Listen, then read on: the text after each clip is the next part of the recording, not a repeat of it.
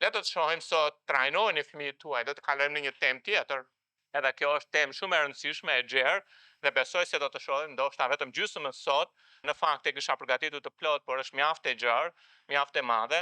Edhe kur flasim për trajnimin, trajnimi është mjaft i rëndësishëm sepse një student ose një fëmijë mund t'i mësoj shumë gjëra, të ketë njohuri, edhe kjo është e nevojshme, po kur ti fillon që të ndihmosh fëmijën tënd ose studentin në mënyrë që ai të fillojë të praktikojë ato gjëra, ti po i trajnon atë.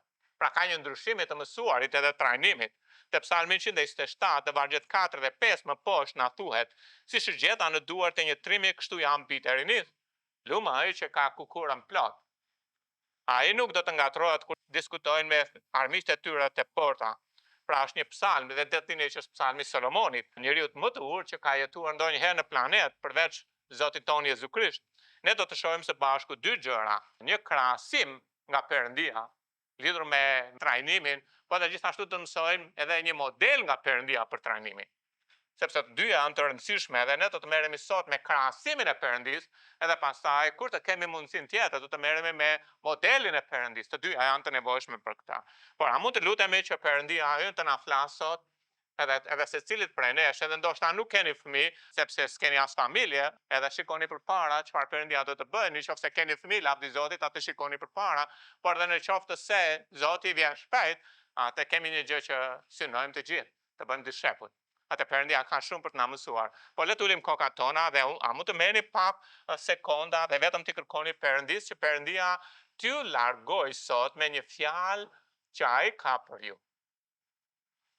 Kërkojnë në mënyrë specifike. Zot më jep një fjalë që të marr e të zbatoj atë në jetën që ti e di që unë duhet ta bëj atë.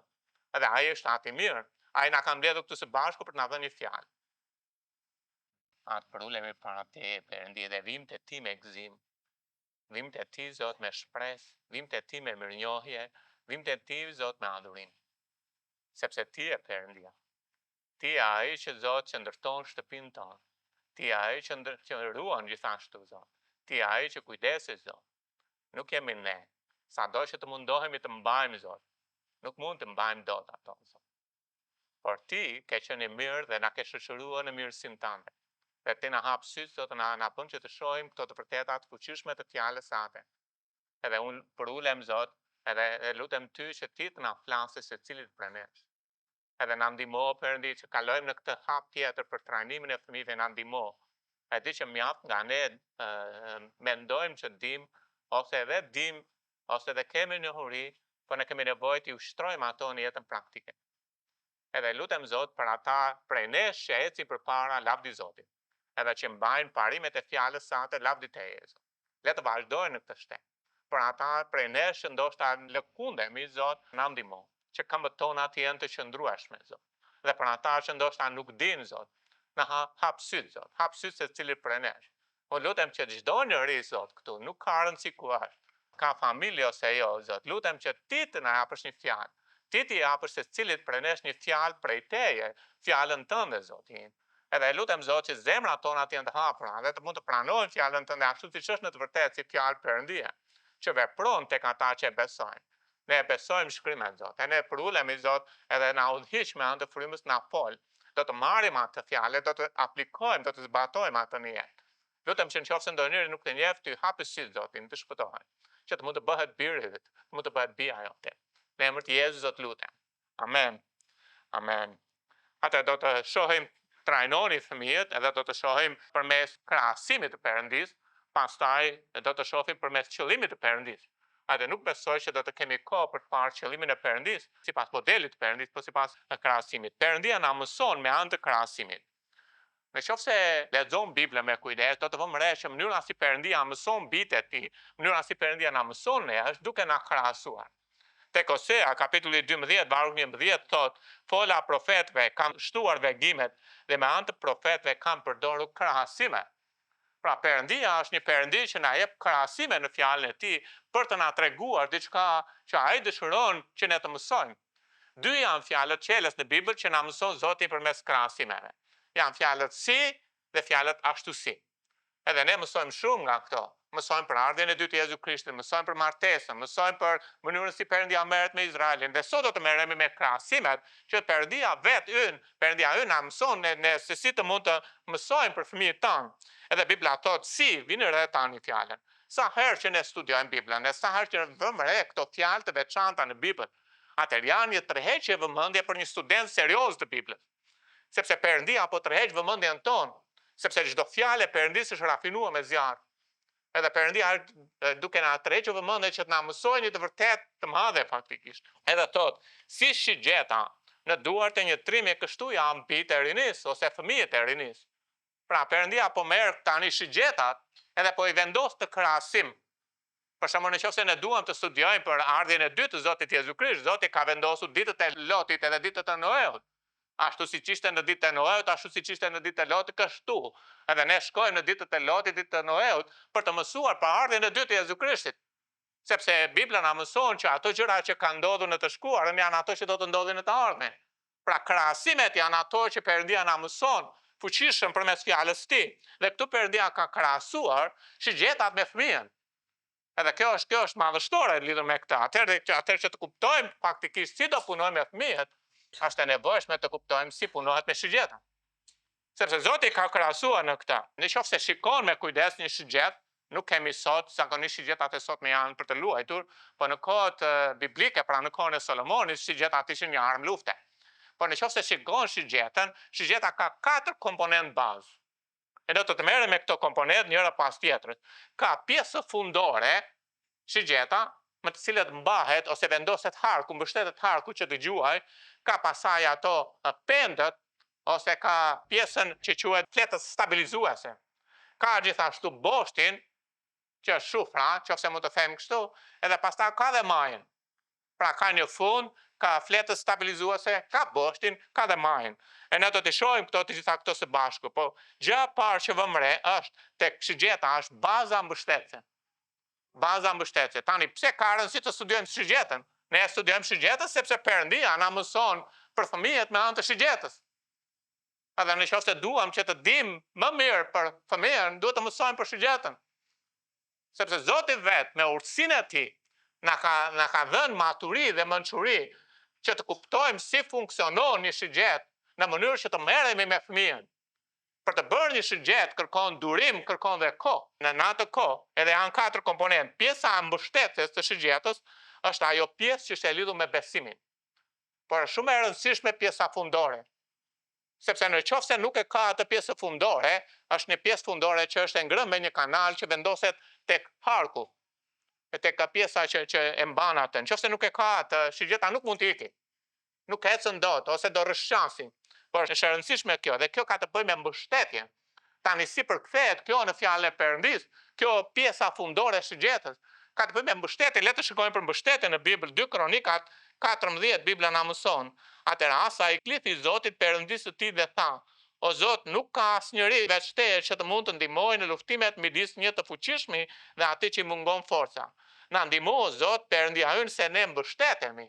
Pra vjen re është pjesa fundore e shigjetës. Kështu fillon, ne mbështetemi. Pra baza që do fillojmë të punojmë me fëmijët tanë, që të marrim komponentët një nga një, atë ka të bëjë me mbështetjen. Ku mbështetet fëmia juaj? Ku mbështetet shigjeta? Ne mbështetemi thot tek ti. Asa është duke mbajtur sy tek Zoti, ndërkohë që ka një problem, ka një sfidë, ka një luftë të madhe. Edhe Bibla na tregon që Perëndia i dha fitore. Prandaj, kur flasim për pjesën fundore, po flasim për të mbështeturit tek Zoti ose për besimin tek Perëndia. Atë ne do të investojmë tek fëmia ynë, nëse ka një gjë, ne kemi 20 vjet afërsisht që të rrisim fëmijën që të jetë shigjet përpara se të lëshohet. Edhe në këto 20 vjet, komponenti i parë më i rëndësishëm në jetën e fëmijës është mësoj fëmijës ku të mbështetet. Ku të mbështetet, edhe sigurisht ai do të ketë prova, ai do të ketë sfida, ai do të ketë shtrëngime.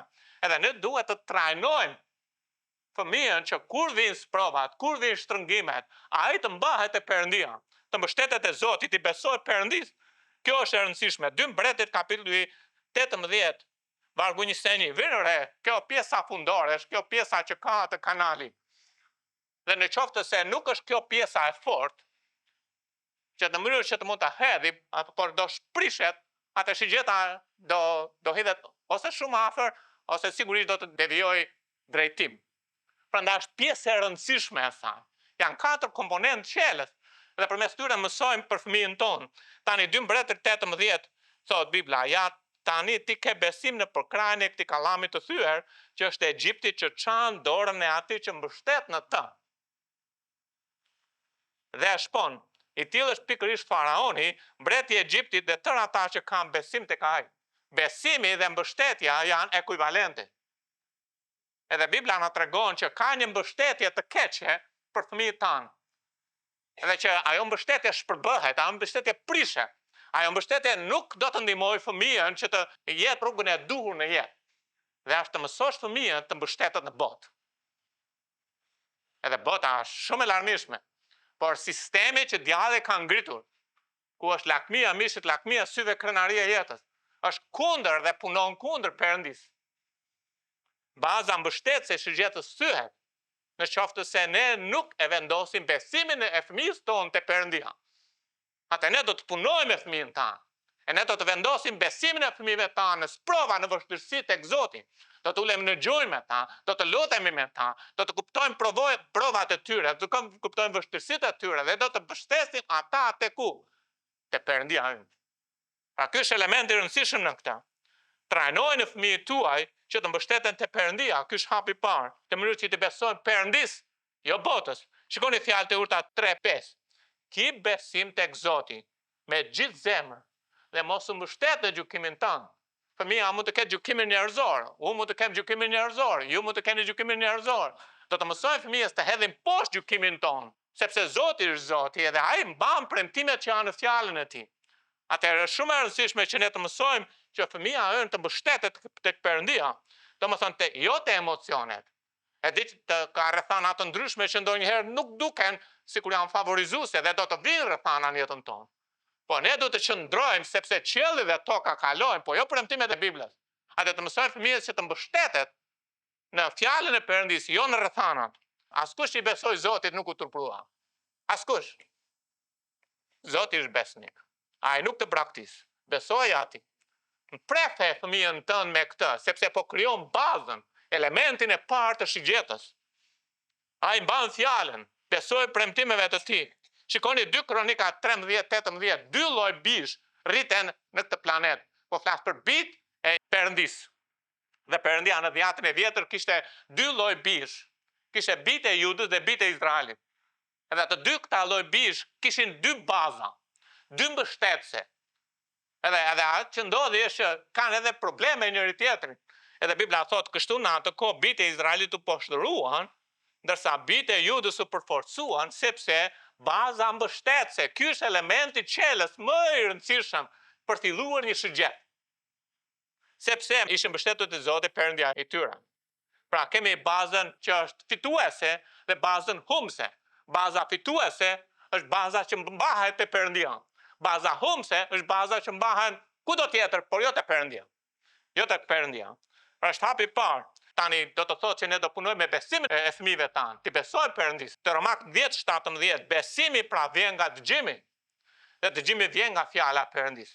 Kjo do të thotë që unë do të mësoj fëmijës tim Biblën. Do të lexoj çdo ditë atë. Do të mësoj vargje përmendësh, sepse në vargjet janë premtimet e Perëndis. Atëherë nëse vërtet dua të jemi kthjellët, të trajnoj fëmijën tim, duhet të mësoj krahasim në Perëndis. Krahasimi i Perëndis është me shigjetën. Prandaj mësoj fëmijës fjalën e Zotit. Edhe Bibla do të rrisë fëmijën tuaj në besim. Gjëja e dytë është që mësoj fëmijës që në rrethanat e jetës ai të mbështetet te Zoti. Pra vetëm që i lexon Biblën, por do të vinë situata në jetë. Fëmia do të ketë një çështje, kam një problem me shokun, ka diçka në shkollë që nuk shkon, ka sfida, nuk e di çfarë mund të ketë. Edhe do të mësosh fëmijës që të mbahet te Zoti.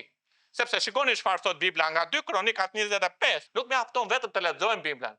Nuk mjafton vetëm të mësojmë vargje përmendjes. Sigurisht duhet të bëjmë këtë sepse pa Biblën nuk ka besim.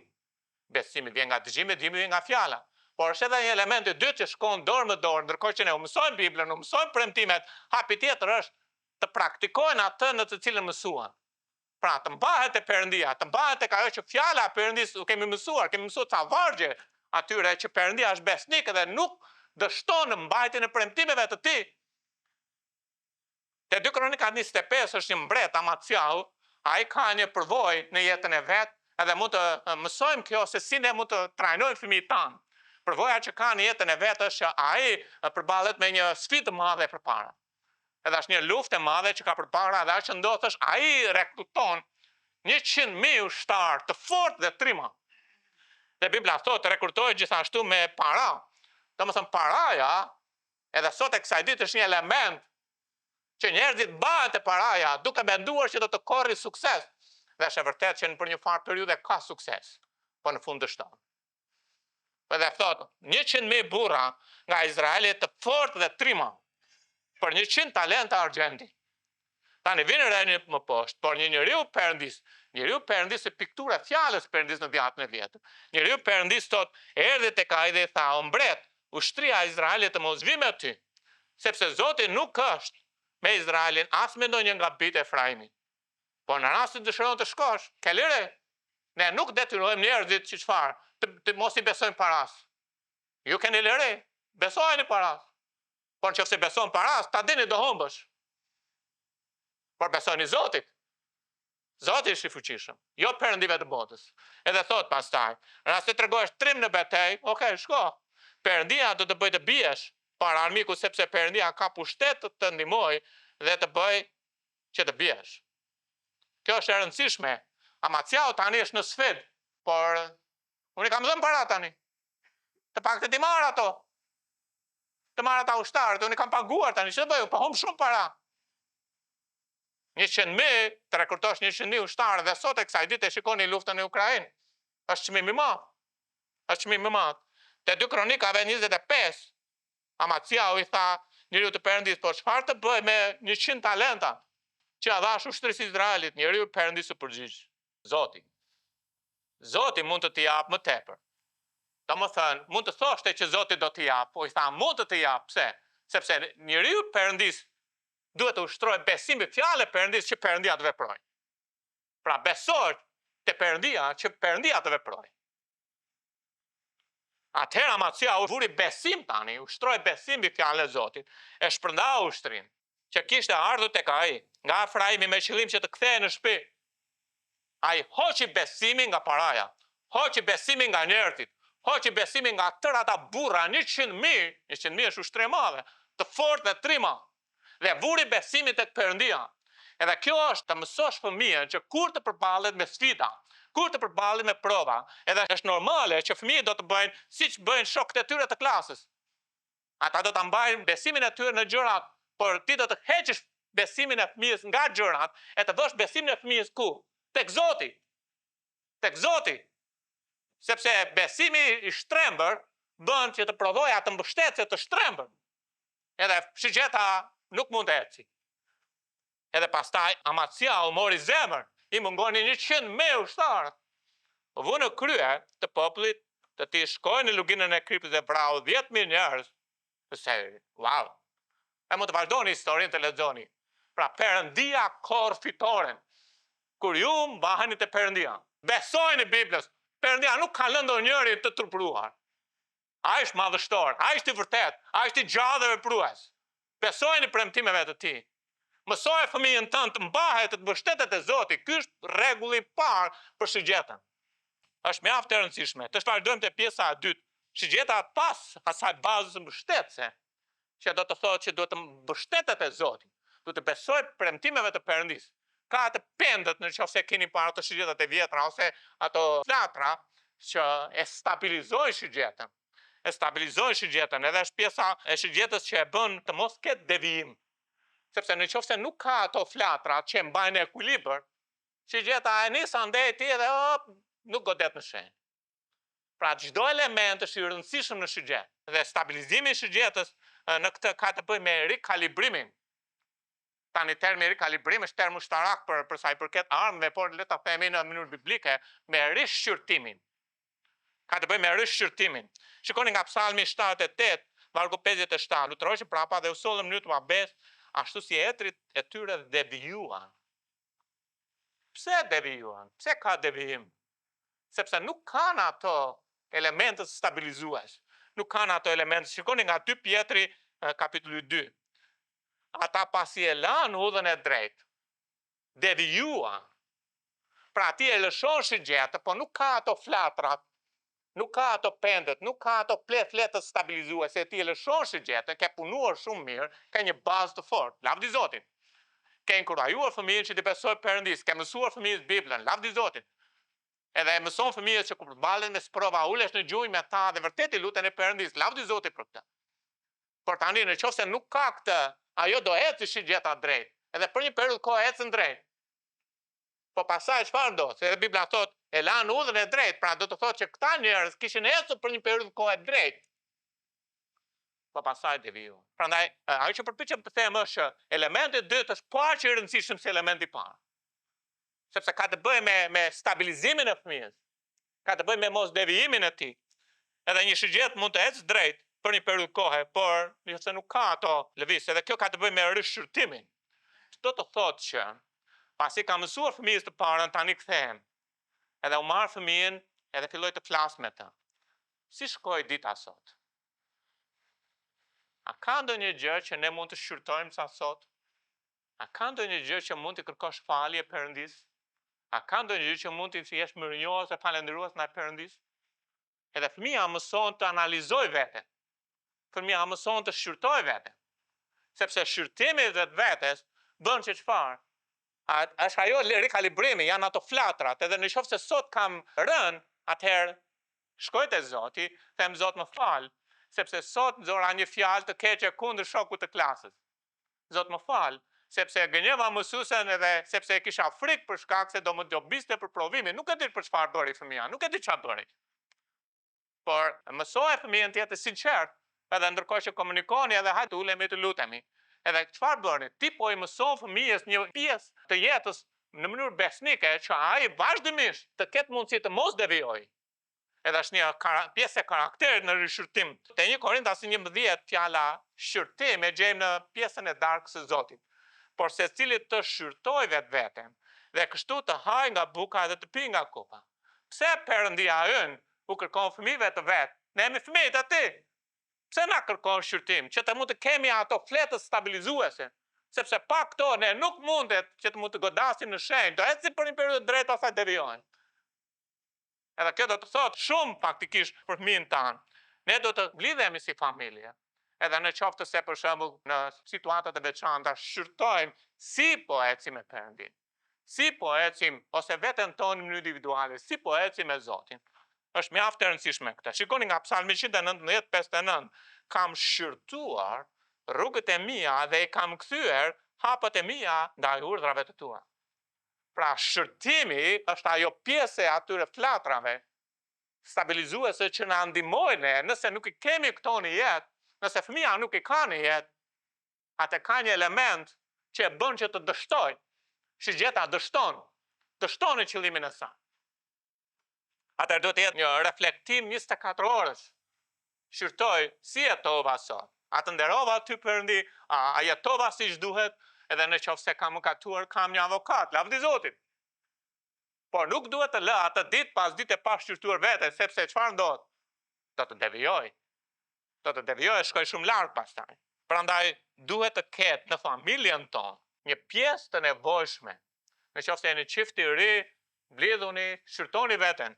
Edhe mund të jetë sot pjesë ditore, mund të jetë në fillim të javës, mund të jetë në një përvjetor, mund të jetë në ditëlindje, mund të jetë në vit të ri, domethënë gjithë këto gjëra na bëjnë të ndalojnë. Në vend që të shqetësohemi për të ngrënë e për të pirë, të shqetësohemi për personalitetin e dur për fëmijën. Sepse ana frymërore është më e rëndësishme se sa ana fizike. Prandaj ne duhet të kemi një zakon të mirë me fëmijën tanë, një zakon të mirë si familje, një zakon të mirë që ndalojmë dhe reflektojmë dhe rishqyrtojmë veten tonë.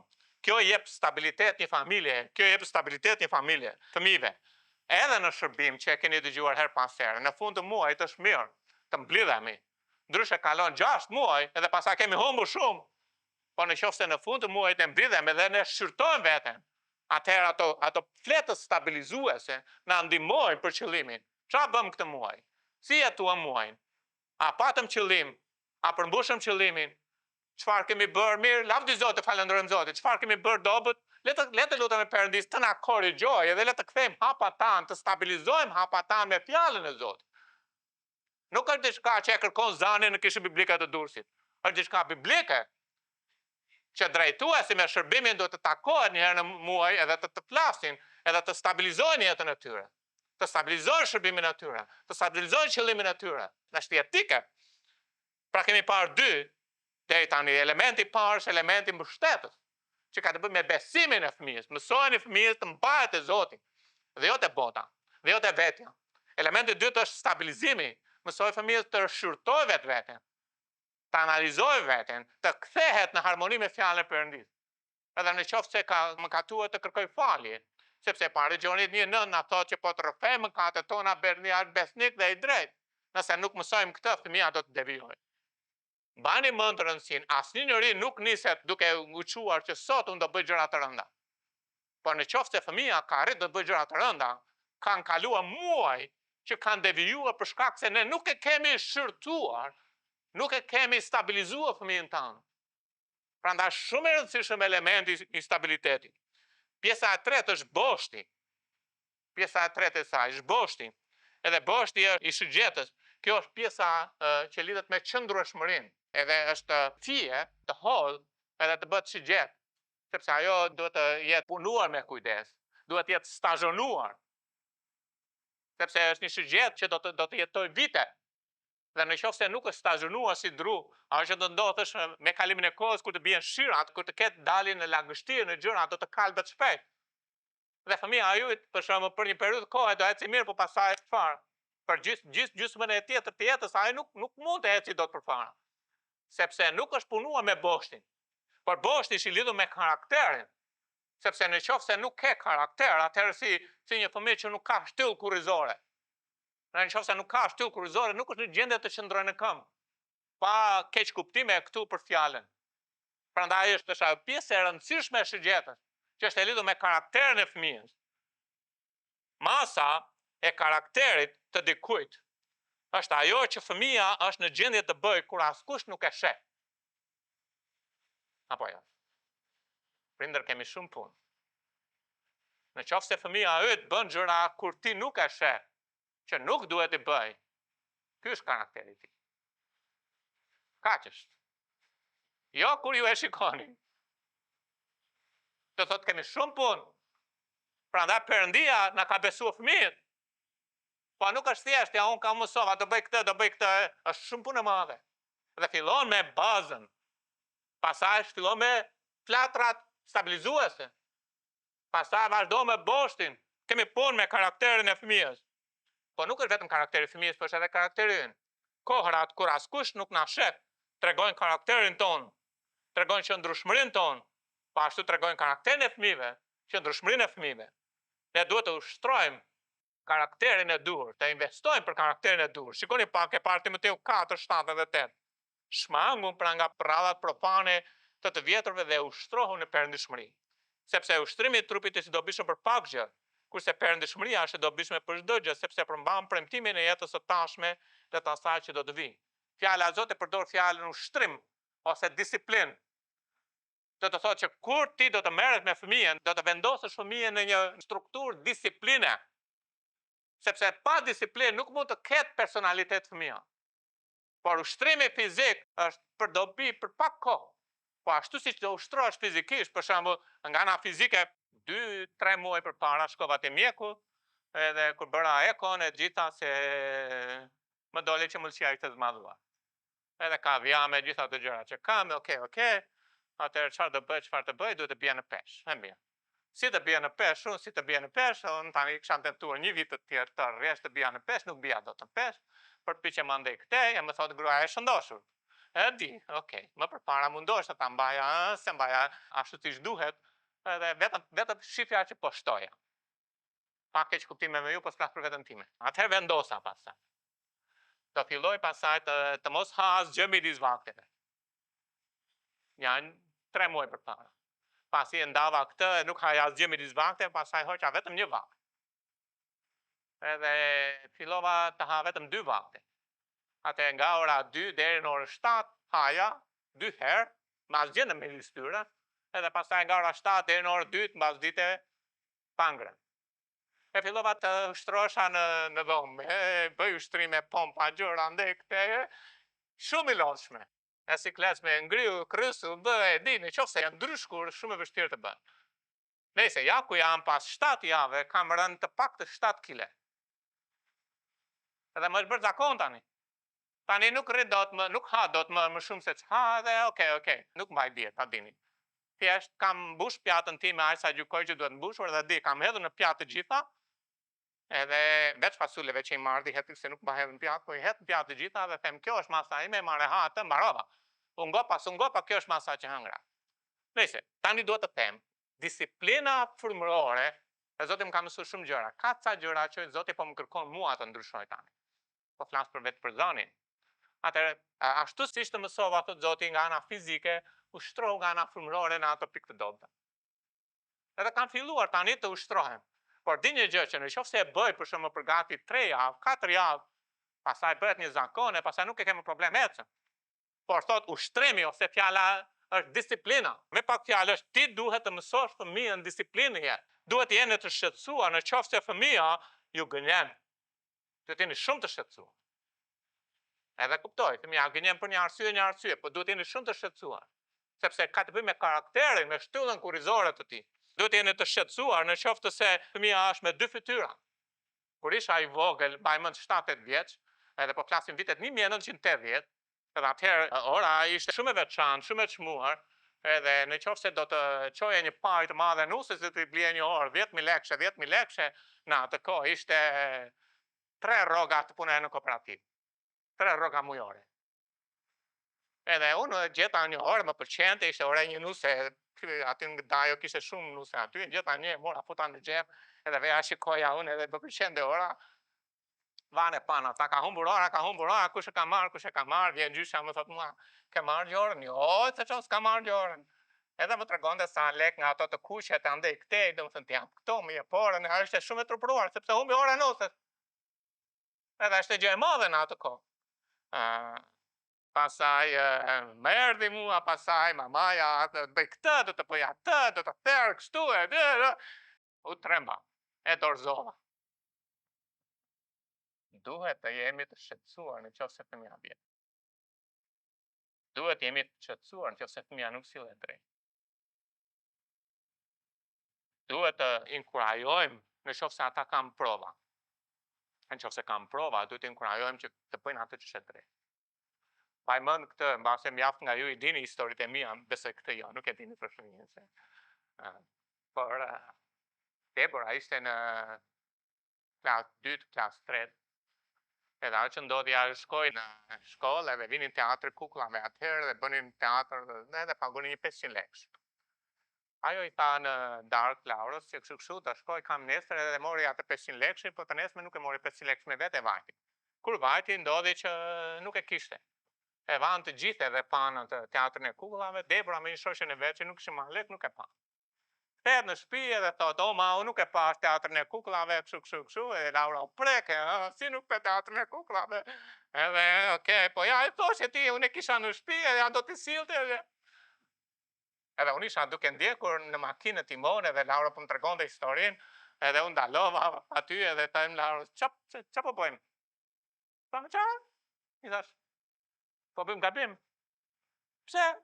"Jo, po prit më le të shprehen deri në fund, edhe unë nuk e las të shprehen deri në fund gabimi, faktikisht." Edhe nëse ndalova dhe thashte dëgjoj. Fëmia nuk ka nevojë ta ti themi që më vjen keq që ti nuk pe teatrin. Fëmia ka nevojë të themi sa e maniç është ajo që bëre. Kjo është e mrekullueshme. Edhe të ka nevojë për inkurajim. Edhe në qoftë se ajo ishte në gjendje të qëndronte kundër gjithë klasës për të mos parë teatrin e kukullave, edhe unë po inkurajoja atë që kjo që bëre ja vlen, atë nesër fëmia ç'a do bëj? Do filloj të refuzoj drogën, do filloj të refuzoj shoqërinë e keqe, sepse ti je shqetësuar për karakterin e fëmijës, jo për veprën e fëmijës. Prandaj është shumë e rëndësishme të mësoni fëmijët karakter.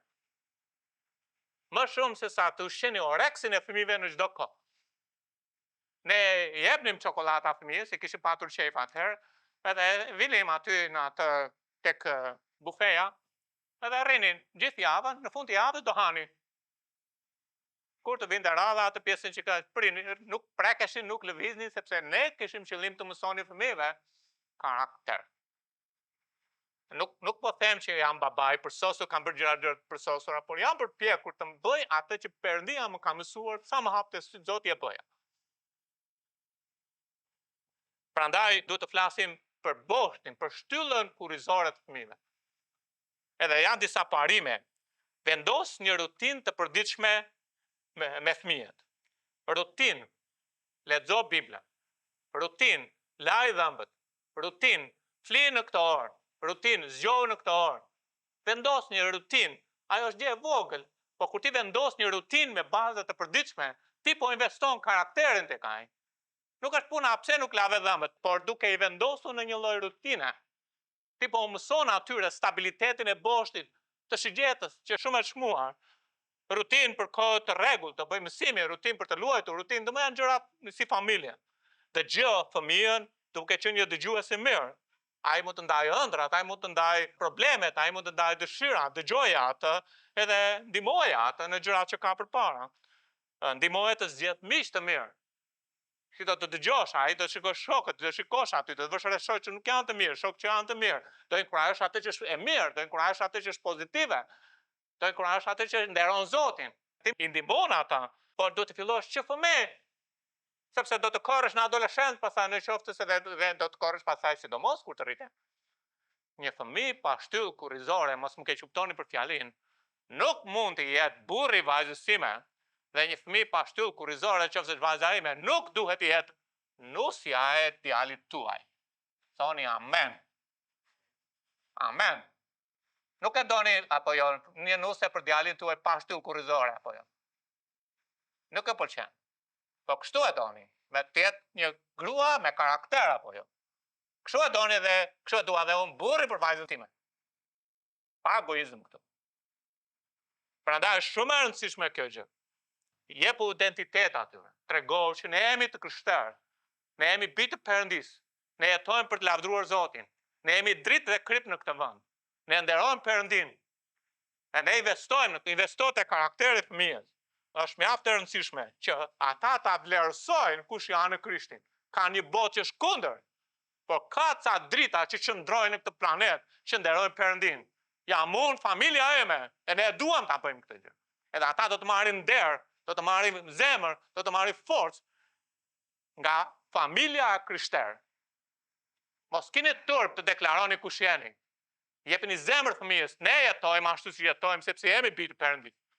Pra ka të jepu identitet fëmijës, po flasi për shtyllën kurrizore. Kultivo atributet e Perëndisë që Perëndia ai transmeton te njerëzit. Mësoj fëmijës të jetë i përulur si Perëndia është, jo krenar. Mësoj fëmijët të jetë besnik, të ketë besueshmëri, të mund të jetë plot me mirësi, të jetë plot me dashuri, të mund të jetë një fëmijë që është i shenjtë në jetë, është i drejtë në jetë, është një fëmijë që është i hirshëm, është një fëmijë që është i dashur. Po jo, ai fëmia ma bëri mua kështu. Mësoj ashtu si Perëndia derdhi herë të derdhi mirë. Po ky shoku i më çoi në të bëj atë që është keqe, mësoj që të bëjnë atë që është drejt. Sepse shoqëria do të thonë ktheu këtej, po duhet të kthehemi andej nga Zoti na mëson. Mësoj fëmijës që kur lind derisa ai të largohet. Mësoja këtë. Mësoj të jetë i rregullt, të jetë i pastër, ta mbaj veten, të rregulloj shtratin. Mos lër çorapet andej këtej, andej këtej.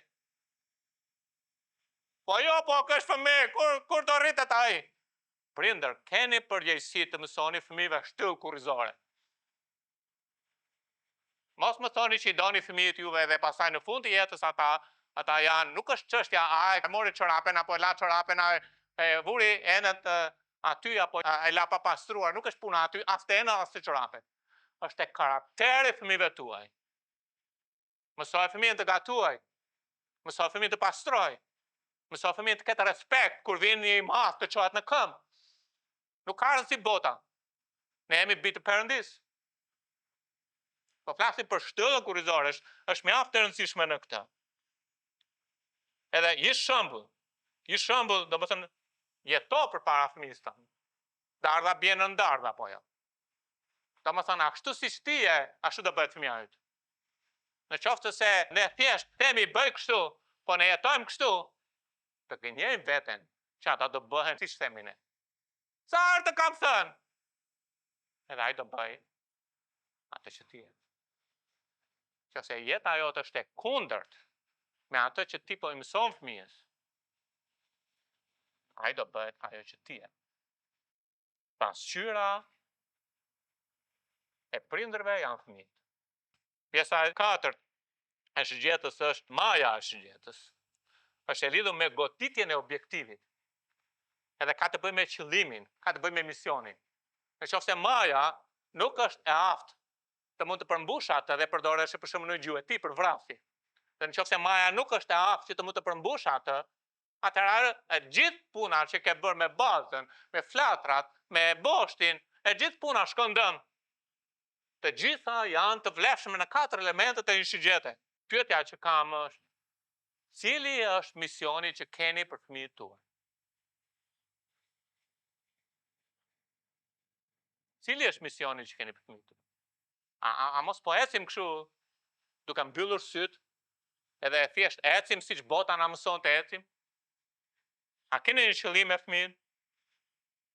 Apo i mprefni ata me një mision, me një qëllim në jetë? Shigjetat prodhohen për një qëllim.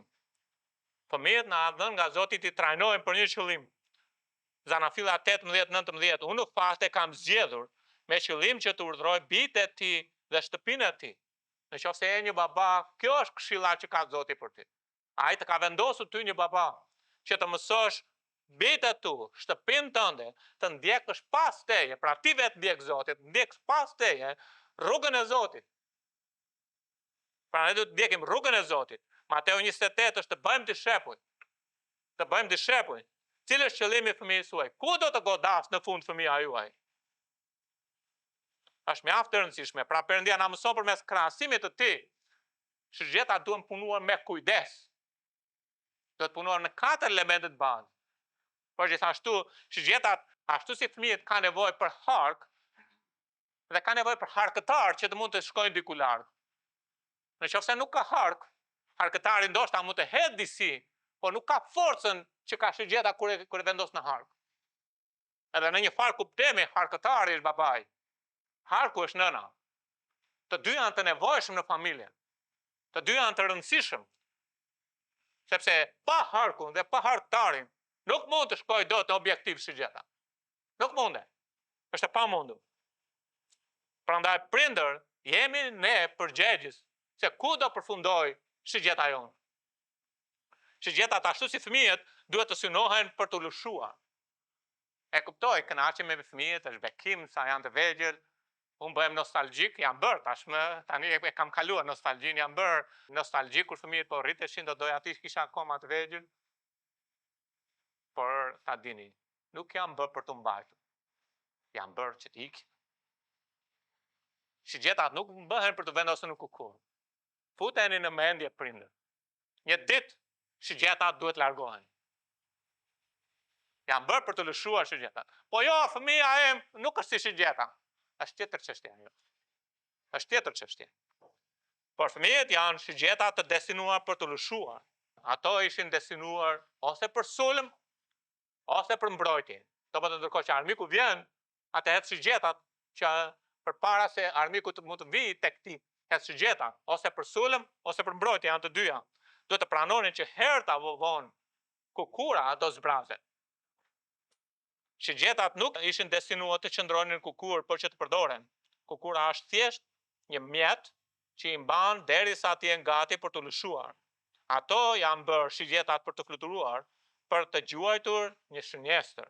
Një shënjestër, se cili duhet të modelohet në përputhje me planin e Perëndis që të mund të fluturojë për qëllimin që Perëndia na la. Zanafilla 18-19 është ajo që lexuam. Perëndia zgjodhi Abrahamin me qëllim që ai të mund të ishte ashtu siç duhet të ishte përpara fëmijëve dhe të merrte fëmijët të mund të mësonte të ecin me Zotin. Dhe fundit të shigjetat, ashtu si fëmijët të realizojnë një goditje. Çfarë do të them me një goditje? Një herë e lëshove, do të thotë që prindër, vetëm një herë keni mundësi të prindëroni fëmijët tuaj. Vetëm një herë. Nuk mund të prindëroni 2 herë. Në qoftë se doni pyesni Landi për shembull që ka djalin të rritur dhe ka edhe të vogël. Se ka diferencë tani.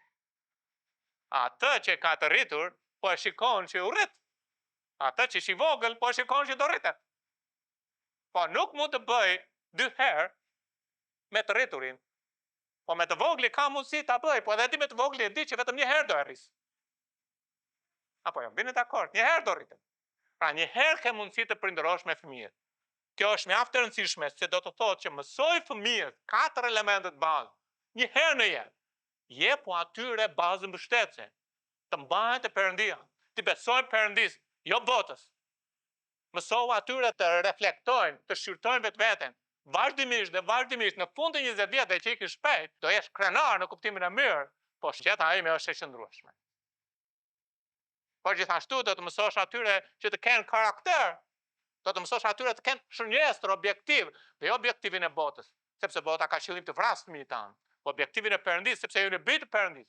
Dhe Perëndia ju ka besuar ju gjetat e ti, ose më saktë trashëgimin e ti.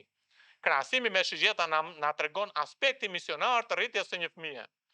Zoti dëshiron që vetëm ti duam fëmijët, edhe duhet i duam, por edhe gjithashtu ti stërvisim në mënyrë që ti je misionar kudo që të shkojnë.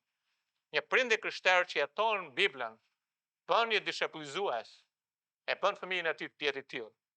Ne duhet të jetojmë sipas porosisë së madhe. Ka një letër për shëgjetën lëshuese, po e lexoj. Është një baba për vajzën e vet, ndërkohë që është rritur tashmë. Bia ime, tashmë je rritur dhe je një shëgjet lëshuese. Kjo botë ka shumë nevojë për karakterin, dhuntit, aftësitë që Perëndia ka modeluar në ty. Si një shëgjet e modeluar për të mos qëndruar në kukur, por je bërë për të lëshuar, jam i lumtur që të shoh të fluturosh. Ti je rritur tani dhe e bërë një vajzë e pjekur. Baje jetën tënde të fokusuar të qëllimi Perëndis, sepse ai të rilindi për këtë. Je një dritë dhe një krip në vendi ku do të shkosh, sepse ato të shkoj diku. Dhe ambasadore Perëndis për të pajtuar të humburit me Jezusin.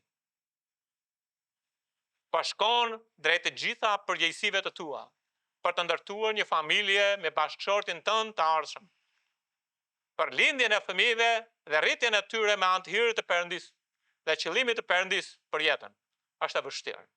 Por mund të bëhet gjithçka me anë të Krishtit që të forcon. Je rritur dhe modeluar ashtu si Perëndia të ka bërë, rriti dhe modeloi fëmijët ashtu si Perëndia bëri me ty. Bëj fëmijët e tu të jenë ndjekës së Zotit Jezu Krisht, për të shkuar në gjithë botën, për të kërkuar të humburit. Mësoj ata të respektojnë të vërtetat e pasura dhe jetë dhënëse të fjalës së tij të shenjtë. Të vazhdoj me pjesën e dytë. Perëndia ju ka besuar shëgjetën. Perëndia ju ka besuar shëgjetën. Si shëgjeta në duart e një trimi, kështu janë bitë e rinjtë. Pse them që ju ka besuar? Sepse fëmijët janë nga Zoti. Janë nga Zoti, dhe Bibla na tregon nga Psalmi 127:3 thotë, ja bitë janë një trashëgimi që vjen nga Zoti, fruti i barkut është një shpërblim. Domethënë, fëmijët janë trashëgimia e Zotit. O nuk mund të bëja dot fëmijë, Zoti më dha, po ai më shpërbleu. Dhe më shpërbleu, dhe ata kanë personalitetin e tyre, janë unik si asnjë fëmijë tjetër. Por ata janë trashëgimia e Zotit. Jo imja. Unë jam shpërblem nga Perëndia që më dha për pak kohë të mund të merrem me trashëgiminë e Zotit. Kur ju shikoni fëmijën, do të kuptoni është trashëgimia e Zotit. Zoti unë sjell trashëgiminë tënde në lutje. Unë sjell është ytë fëmijë. Unë ta dedikoj ty, e të përket ty. Zot punon në karakterin e tij, punon atë. Thyeje vullnetin e tij dhe bëje që ai të ketë të mbaj vullnetin tënd në jetë. Edhe duke u lutur për trashëgiminë e Zotit. Por Zoti ju ka besuar ju dhe një ditë do ju kërkoj llogari për atë që ju besoj. Nuk është çështja vetëm si po eci fëmijët e mi, por unë kam një trashëgimi. Edhe e njëjta që dhe në dishepullizim. Ata janë trashëgimia e Zotit. Nuk janë të mitë. Unë duhet të kujdesem të mësoj ata atje në biblik, të ndjekin Jezusin, jo mua. Edhe kjo është e rëndësishme. Shikoj e pare Pjetër 5, vargu 3. Dhe jo si zotëroni mbi ata që ju janë besuar, por si shembull për tufën. Fjala eksakte është jo mbi jo si zotrojnë mbi trashëgiminë e Zotit. Kjo ka kuptim për kishën, ka kuptim për një skuadër shërbimi, ka kuptim për familjen. Sepse unë jam një baba edhe një bari për familjen time. Por është trashëgimi e Zotit. Unë duhet të kem frikë kur merrem me fëmijën tim. Sepse nuk është timi, është trashëgimi e Zotit. Dhe duhet të trajnoj atë në mënyrë si Perëndia më kërkon, jo si unë mendoj dhe si bota mendon. Mos konsideroni fëmijët tuaj. Janë trashëgimi e Perëndis, janë shpërblim që Zoti ju dha dhe u la në dorë, ju a besoj për pak kohë, çfarë do bëni me ta? Me trashëgimin e Zotit, jo tuajin. Është e çmuar kjo gjë. Nuk është çështja çfarë të bëj. Puna është çfarë Perëndia kërkon të bëni me trashëgimin e tij. Në vendgjykimin e Krishtit, ne do të pyetem, çfarë bëre me trashëgimin tim? Çfarë bëre me atë që të besoj? Ne do të bëhemi serioz kur vim puna për rritjen e fëmijëve. A është fëmia yt një shigjet që humbi në botë? Domethënë trashëgimia e Zotit humbi në botë. Kemi një armik që dëshiron të humbasë shigjeta. Apo është trashëgimia e Zotit, një shigjet që gjuajti për lavdin e Perëndis. E di që fëmijët kanë zgjedhjen e tyre, por ne do të bëjmë pjesën tonë. Ne do të bëjmë pjesën tonë. Perëndia ajo ka besuar shigjetën që të shkoni atje ku nuk arrini dot vetë. Domethënë shigjeta shkon diku ku shigjetari nuk shkon. Dhe Perëndia ju ka besuar ju fëmijën në mënyrë që fëmia juaj të shkojë aty ku ju nuk shkoni dot. Është e rëndësishme kjo gjë. Sepse shigjetat e ndihmuan një luftëtar që të mund të bënte gjëra që ai nuk bënte dot. Është në një distancë. Dhe vargu 5 thot, luma e njëri që ka kukurën plot, ata nuk do të ngatërohen kur të diskutojnë me armiqtë e tyre te porta. Pra shigjeta shkon larg deri te portat e armiqve. Në kuptimin frymëror, ju nuk mund të shkoni dot në zonat e influencës fëmijëve. Nuk mund të shkoni dot larg, aq larg në atë rrethin e fëmijëve, por nëse ju trajnoni fëmijët siç duhet, ata kudo ku shkojnë ata, atëherë misioni ka shkuar bashkë me ta. Perëndia ka një qëllim të lartë me fëmijët tanë. Ne mund të ndikojmë në botë, në zona të ndryshme përmes fëmijëve në një mënyrë të tillë që nuk do ta bënim kurrë vetë, po e bëjmë me anë të fëmijëve tanë. Pali u thot Korintas se ju jeni letra jone e shkruar në zemrat tona e njohur dhe lexuar nga gjithë njerëzit. Kudo që shkojnë fëmijët tanë, do të shikojnë punën dhe rezultatet e punës sonë, kudo, sepse janë pasqyra jonë. Por ata pasqyrojnë Zotin sepse ne kemi mësuar sipas fjalës së Zotit. Si besimtarë që jetojnë për lavdin e Perëndis, ne duhet të synojmë misionin e Perëndis. Që ata të shërbejnë mbretit. Sepse mbreti na i dha ne janë trashëgimia e mbretit. Dhe të humbi në këtë botë. Edhe pika e fundit është ai ka besuar shigjetën që puna e Zotit të mos ndalojë me ty. Që puna e Zotit po të vazhdoj, e kuptoj që ne sigurojmë nga ana frymërore dhe dishepullizim dhe ka shumë zbatime, por dhe Perëndia më ka dhënë fëmijën, që fëmia brez pas brezi të mund të përçojë fjalën e Perëndis, mund të jetë për Perëndin, mund të jetojë për Perëndin, të jetë drejt për Perëndin. Ky është qëllimi final, vazhdimësia e punës së Zotit. Ti gjuan larg, pastaj kap një brez, ai brezi tjetër gjuan larg, kap një brez, ai tjetër gjuan larg, është vazhdimësia. Vazhdimësia është qëllimi final i Perëndis. Gjyqtar 2:10, kur tëra i brez u bashkua me etrit e vet, mbas ti doli një brez i ri, që nuk e njihte Zotin as veprat që kishte bërë për Izraelin. E dini, brez pas brezi kanë transmetuar fjalën e Perëndis deri sot. Janë vrarë, janë prerë, janë kryqëzuar, janë djegur në turrën e druve. Nuk kanë mohuar besimin, u lanë brez pas brezi, edhe erdhën deri sot. Vazhdimësia është qëllimi i Perëndis. Është mjaft e rëndësishme në këtë.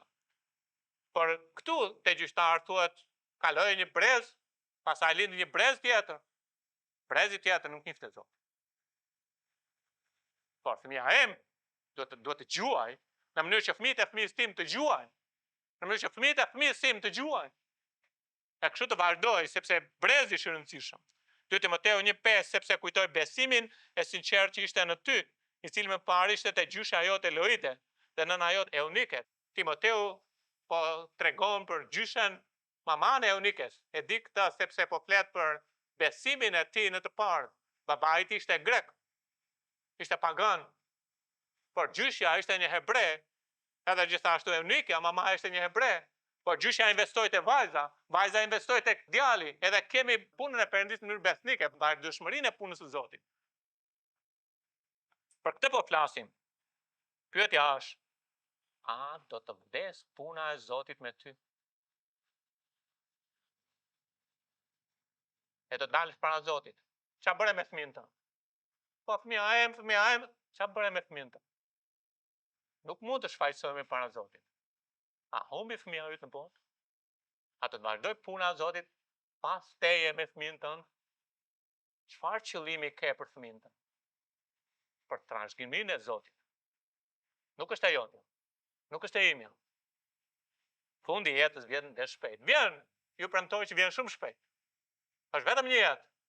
Çdo gjë që bëjmë për Zotin do ngjelet. Është vetëm një jetë. Mos u ngatroni me këtë botë që përpiqet të na mashtrojë, e të na zhys, edhe që në fund të jetës të shohim, nuk kemi më asgjë. Pleq, tashmë shigjeta si puna e Elit. Dini çfarë bëri Eli? I humbi mundësinë me fëmijët e tij. Por Johana, sepse ajo rriti një fëmijë që u bë i madh në sytë e Perëndisë. Edhe pati ndikim në një popull të madh siç ishte Izraeli, po flas për Samuelin. Çfarë fundi do të kenë fëmijët tuaj?